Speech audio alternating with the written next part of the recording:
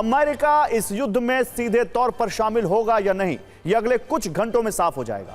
लेकिन फिलहाल की स्थिति यही है कि पिछले 6 दिनों से ईरान और इजरायल एक दूसरे पर विध्वंसक हमले कर रहे हैं, जिसकी शुरुआत 13 जून से हुई, जब इजरायल ने ऑपरेशन राइजिंग लायन के तहत ईरान पर 200 फाइटर जेट से हमला किया। इस हमले में ईरानी सेना के 20 कमांडर और 14 परमाणु वैज्ञानिक मारे गए।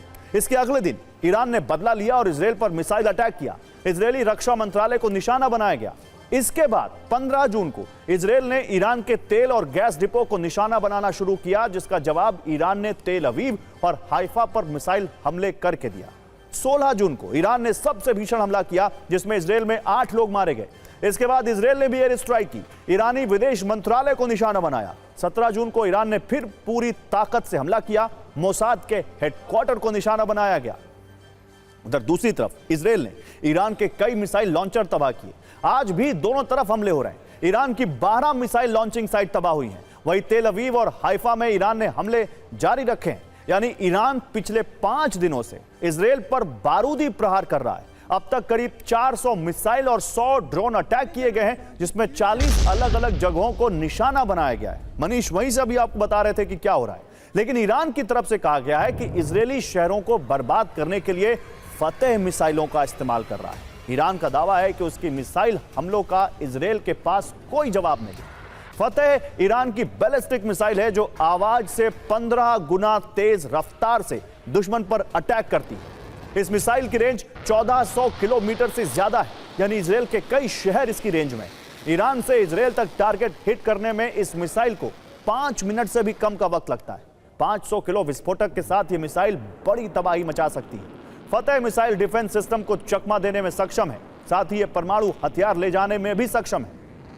तो ईरान इन मिसाइल हमलों को अपनी बड़ी कामयाबी मान रहा है, और यही वजह है कि ईरान फिलहाल पीछे हटने को तैयार नहीं है। अमेरिकी राष्ट्रपति ट्रंप की धमकी का भी खामनेई पर कोई असर नहीं हुआ।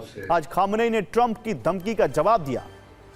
ट्रंप की सरेंडर वाली धमकी पर खामनेई ने कहा कि ईरान किसी भी हालत में सरेंडर नहीं करेगा। कहा कि ईरान पर हमला कर इजरायल ने बड़ी गलती की है, इसकी इजरायल को बड़ी कीमत चुकानी होगी। खामनेई ने कहा कि हम इजरायल पर कोई रहम नहीं दिखाएंगे।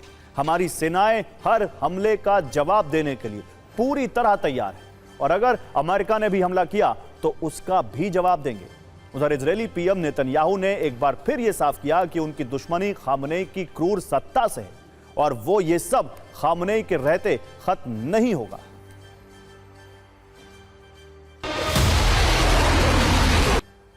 तो खामनेई बेशक इजरायल पर बड़े मिसाइल हमलों की धमकी दे रहे हो, लेकिन इस बीच खबर यह है कि इजरायल पर लगातार हमलों से ईरान में मिसाइल और गोला बारूद की भारी कमी हो गई है। खबरें हैं कि ईरान के पास करीब 3000 बैलिस्टिक मिसाइल हैं, जिनमें से 2000 मिसाइलों की रेंज इजरायल तक है। ईरान अब तक 400 मिसाइल अटैक कर चुका है। वहीं इजरायली हमलों में उसकी करीब 40% मिसाइलें और लॉन्चर तबाह हो चुके हैं। यही वजह है कि इजरायल पर ईरान के जवाबी हमलों में रोजाना कमी आ रही है। अमेरिकी थिंक टैंक ISW के मुताबिक गोला बारूद की कमी से ईरान ने 1000 बैलिस्टिक मिसाइलें एक साथ दागने का प्लान टाल दिया। हालांकि हथियारों की कमी की खबरें इजरायल से भी आ रही हैं। खबर है कि इजरायल में इंटरसेप्टर मिसाइलों की कमी हो गई है। वो मिसाइलें जो आयरन डोम में लगती हैं, एरो डिफेंस सिस्टम में लगती हैं, उन मिसाइलों की कमी से आने वाले वक्त में इजरायल का एयर डिफेंस कमजोर हो सकता है। हालांकि इस संकट के बीच इजरायल को लगातार अमेरिका से तो मदद मिल रही है। जंग के बाद से 5 कार्गो विमान इजरायल रवाना हुए। विमानों से इंटरसेप्टर्स, गोला बारूद की आपूर्ति की गई है। हथियारों की कमी की खबरों के चलते और इन खबरों के बीच दोनों तरफ से कैसे एक दूसरे को बर्बाद करने की धमकी दी जा रही है, अब आपको इस रील में यह दिखाते हैं। युद्ध अगर आगे बढ़ता है और अमेरिका की एंट्री होती है, तो खामनेई की सत्ता पर बड़ा संकट हो सकता है। ऐसे में अभी से ये कयास भी लगने लगे हैं कि अगर खामनेई की सत्ता गई तो ईरान को कौन संभालेगा। इनमें पहले नंबर पर जिस संगठन का नाम है वो है पीपल्स मुजाहिदीन, जिसे मुजाहिदीन खल्क के नाम से भी जाना जाता है। इसकी शुरुआत 1960 के दशक में एक इस्लामिस्ट मार्क्सवादी छात्र मिलिशिया के रूप में हुई थी। इसने 1979 की ईरानी क्रांति के दौरान शाह की सत्ता गिराने में निर्णायक भूमिका निभाई थी। दूसरा नाम है ग्रीन मूवमेंट का। यह संगठन 2009 के राष्ट्रपति चुनावों के दौरान उभरा था। यह संगठन लोगों को ज्यादा आजादी और मानवाधिकारों की वकालत करता है, लेकिन फिलहाल इससे जुड़े ज्यादातर नेता जेल में।